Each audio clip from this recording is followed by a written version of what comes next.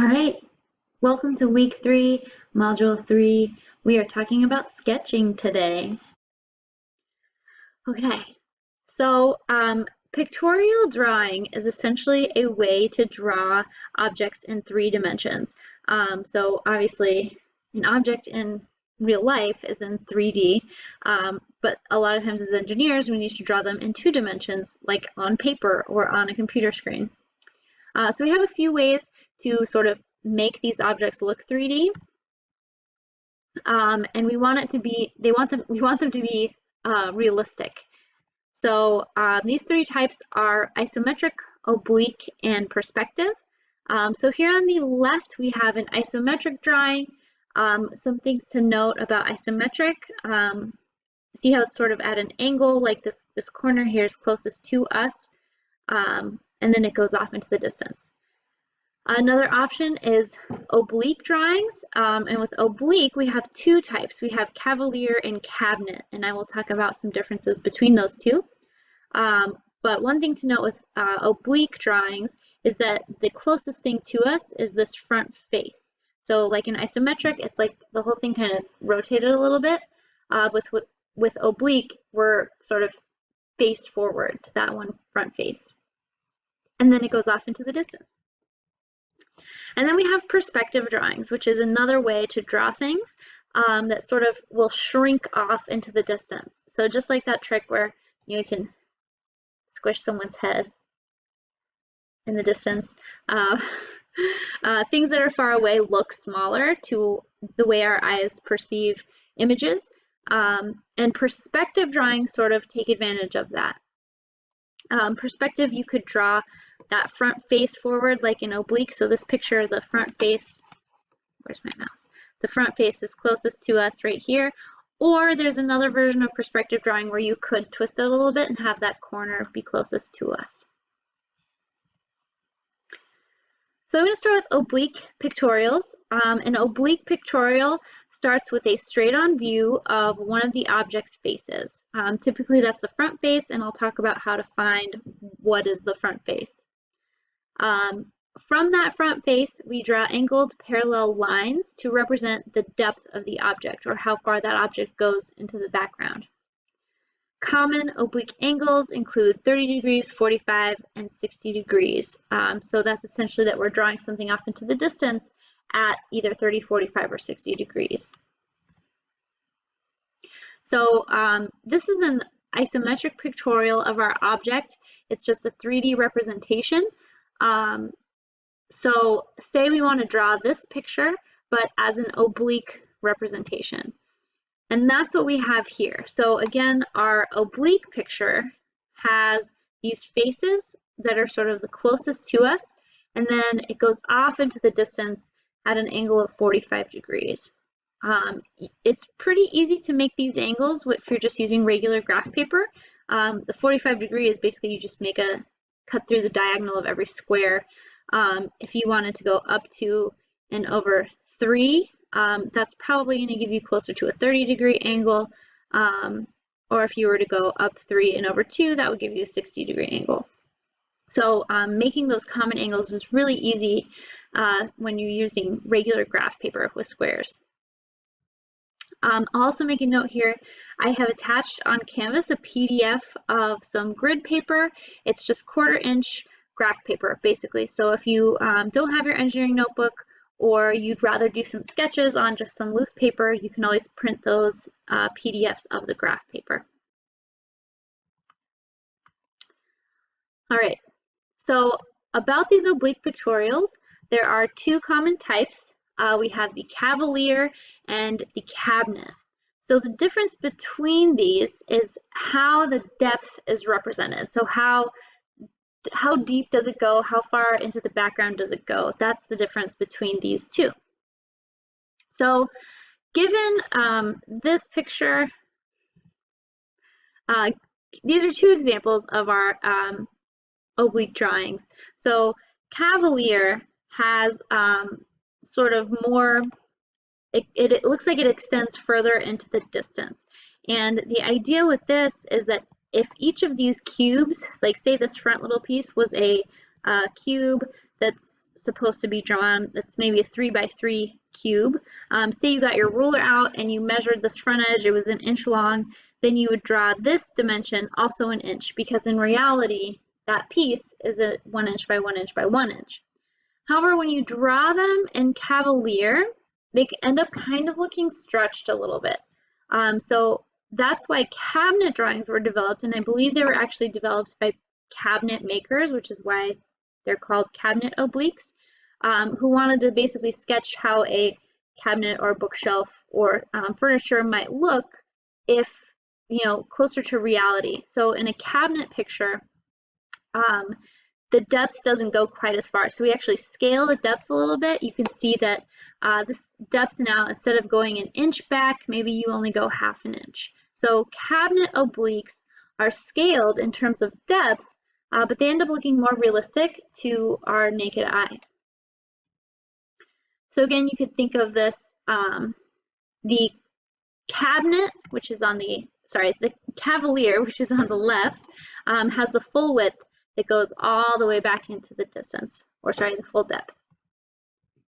And then in this case, the object sort of appears deeper than it actually is. So even if you got your ruler out and you were to measure that diagonal line, you'd say, no, that's perfect. But to our eyes, with how we perceive things, it looks deeper than it actually is.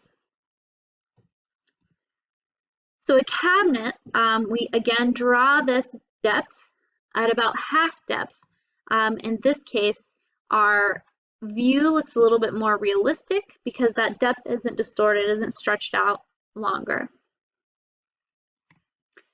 So here are some examples of a few oblique pictorials. So you can see basically in this interlocking pavement, this front face of the bricks is closest to us, and then the bricks recede to the background. And then with this game system controller, we've got the front face of the guitar is closest to us, and then the background goes to the back.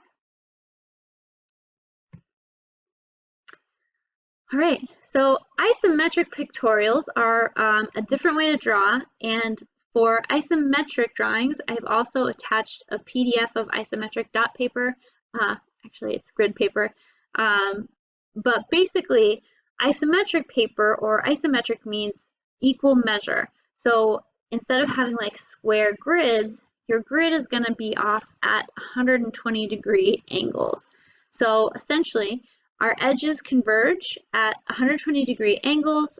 This comes out to being 30 degrees from a horizontal axis. But you can think of this as if you have a Rubik's Cube, you just sort of twist it so that like top front corner is in the top front. So instead of having a face closest to you, you have this edge closest to you. So in this case, your width and your depth are sort of equally go back into the distance in this case. So unlike the oblique pictorials where you might scale the depth, if you scale the depth in this case, you'd also have to scale the width.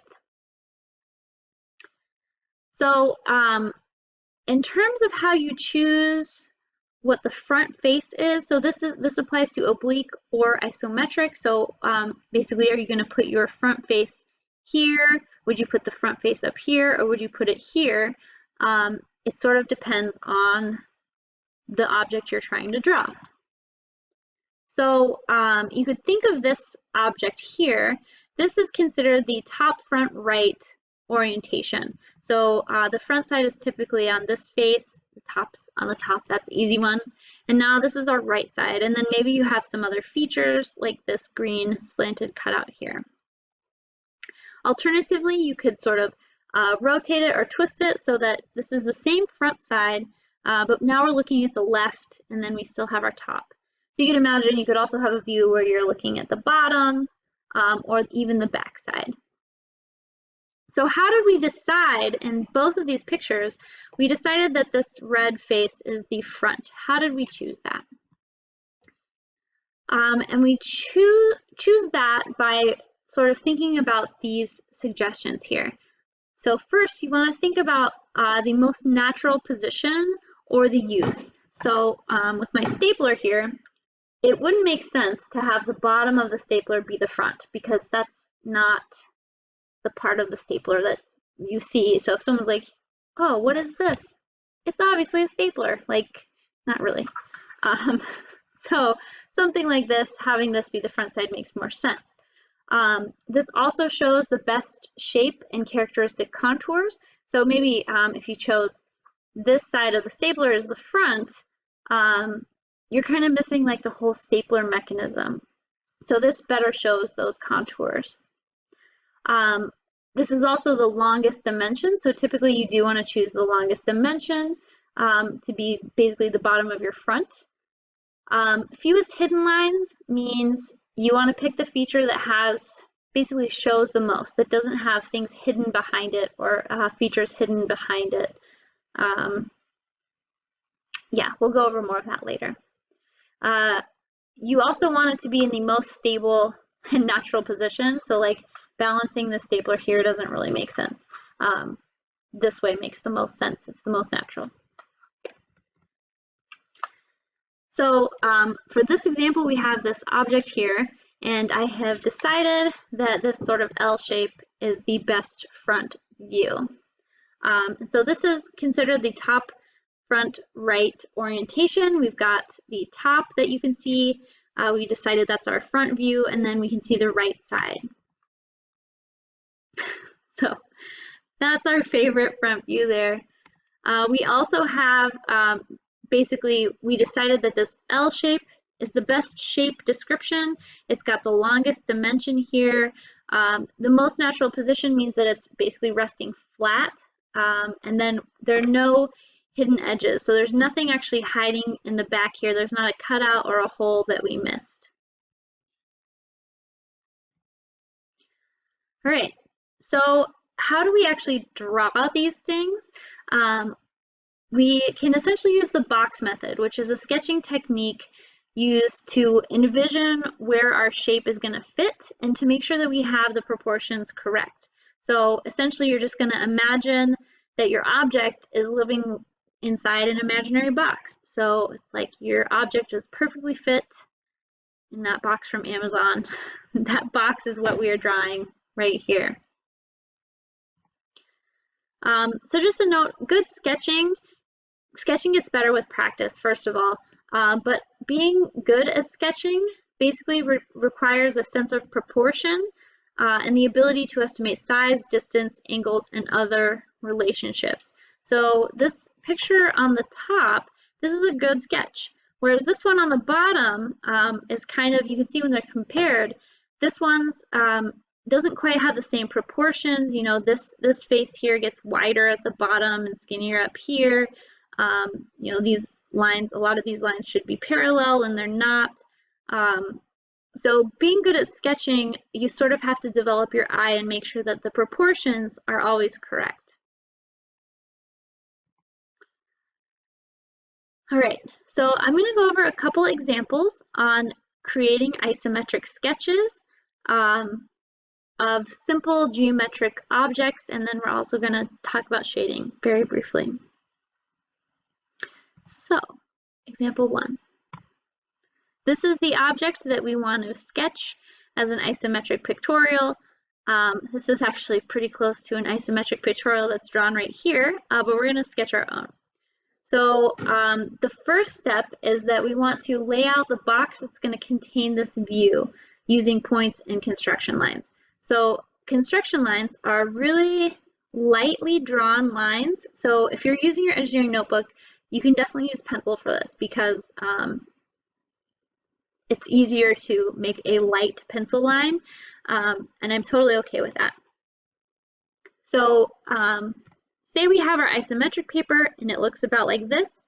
I've got these 4 dots here that represent this right side edge of my box. So if this piece fits in a box, we could say that this sort of right edge here corresponds to this. So we could draw that box as shown. And now say we can count back. So if you have a scale, you could count, okay, 1, 2, 3, 4, 5, 6. And then you can sort of visualize here. This is actually, I don't know if this is scale 1, 2, 3, 4, 5, 6. Perfect. So you can draw back 6 squares here. It's 3 squares tall, as you can see, so you would go up 3, 1, 2, 3. And so this box here is a 6 by 3. Oops, sorry for my mouse. This box is a 6 by 3, and that represents this front side of our object. So now we can draw the back and the left side of our object, and here we effectively have our entire box. Our object has to fit inside here. Obviously it's got a little cutout portion, but otherwise it will fit completely inside this red box. So step 2 is to again use points and construction lines to identify the corners and the edges of the objects that are going to occur on the box surface. Can't get any higher. All right. So this means any outside edges would be like this part here, outside face. This is touching the edge of our box. This is touching the top of the box, and then obviously this front face. So first, I made 2 dots. Again, they're hard to see, but these dots correspond with the height of this cut right here, and then the height here. So this is 3, located 3 from the back or 3 from the front. So you'd say 1, 2, 3 right here.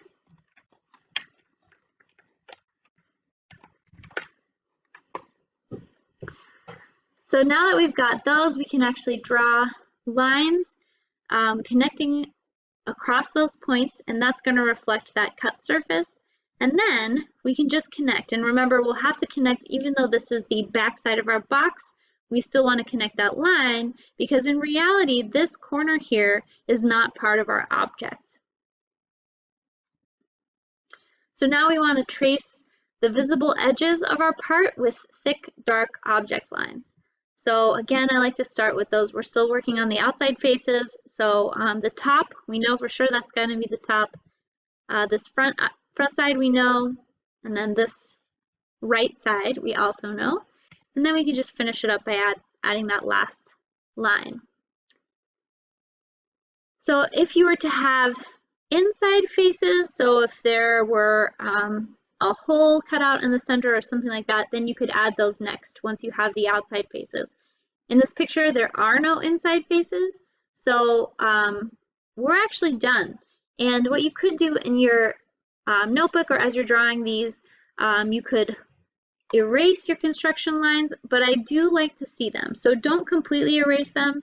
You can lighten them, but if you've done a good job making dark object lines here, then it should be easy to see what your object looks like.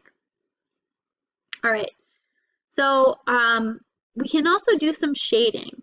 So the first thing to do with shading is to decide where the light is coming from, where the sun is, or where the light bulb is.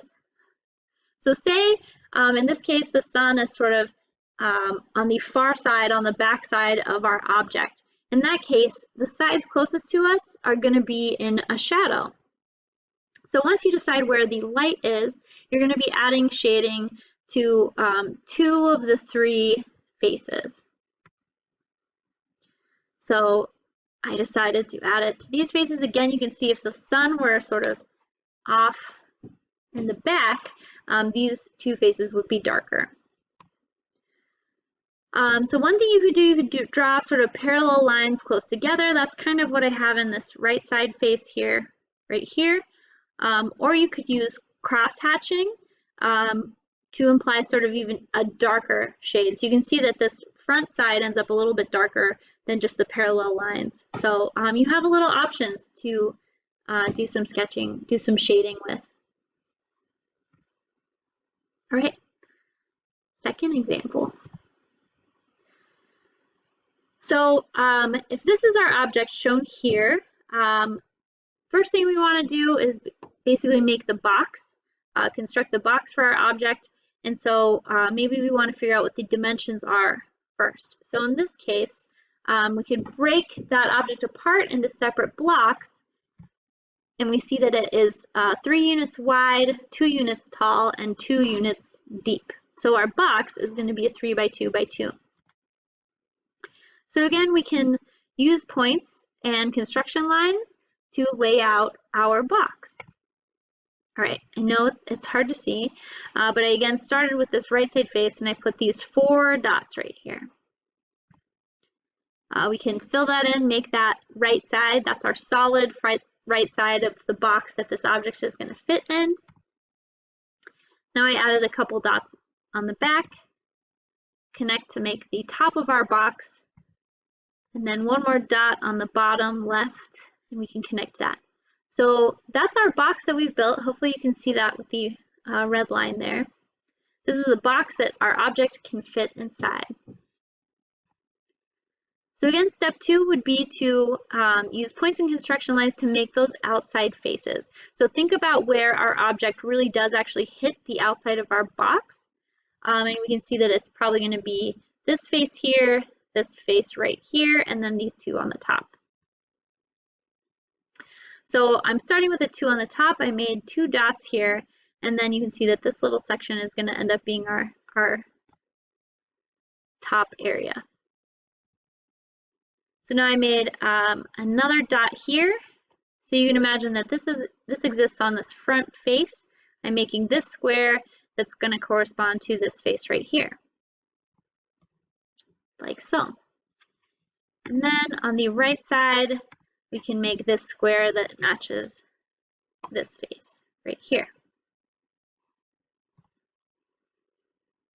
Sometimes it's good if you are feeling really confident about some of these object lines, make them darker, but only if you know for sure that that's where they should be. And that will help you visualize. It does get kind of confusing and tricky if you have a bunch of light construction lines. So I'm just going to darken up these faces here because I know for sure that that's where they need to be. And then I can draw everything else relative to those. So now we're doing inside faces, and this feature, this object actually does have inside features. So exciting, we get to do something for this step. All right, so I drew some lines coming down from here, and this is going to represent basically how this object has a little higher height. And then I also drew some inside faces right here, and that represents this block that's coming out in the front. And then I can draw these lines for this part right here. And again, it is kind of hard to keep track of, so go slow. You can always use pencil, you can always redarken, you can lighten. It's a learning process. All right. So now I'm just adding a few more lines. I added one here to represent sort of this corner right here that's going to come together. And now it looks like we just have red lines everywhere. So take care to make sure that you're matching up an object line with a line that's truly there. So I'm going to start by doing these vertical lines that represent this edge, and this edge, and then also this edge that's going to form this corner right here. So that's right here. Now we can connect. We can see that we have sort of this Z shape, which is made by these blocks. And then we can fill out the remaining edges. So one thing to note, even though we broke this into blocks down here, we don't want to draw this object as different blocks. We want to keep this one single object. And the only time we draw these edges is if it's actually a corner, the faces are coming together at a corner and not a flat face. So just like before, we can decide where the light is and then do some shading. So again, let's have our light be in the back there. And then we're going to put some shading on 2 of the 3 edges that we can see, or faces that we can see. Again, we can use the parallel lines, or we could do the cross hatching. So here we'll do a combination of both. So you can see that on all of the faces that are on the right side, I drew parallel lines, And then everything on the front, I did a crosshatch to make it a little bit darker. So here is an example. This is a clothespin. Looks pretty great. They've got some cross hatching here. They've got these parallel lines to note that this side is getting, it's in the dark, but not quite as dark as these edges right here. Pretty great. And this looks complicated, but really they probably drew, you can almost see the construction line here for the box that they originally drew. You can definitely see part of it back here. So they just lightened that up once they drew the picture. Here we have a chair. You can actually draw furniture. And then we do have some historical isometric sketches. So here is a patent for Tupperware. And this is the original patent drawing from 1957. And this is actually an isometric sketch. They even used they used shading. Yeah, they're able to use isometric sketches to show off their invention. Good job, Earl Silas Tupper. That's it for pictorial sketching. Next, you should watch either the multi-view lecture or the perspective lecture.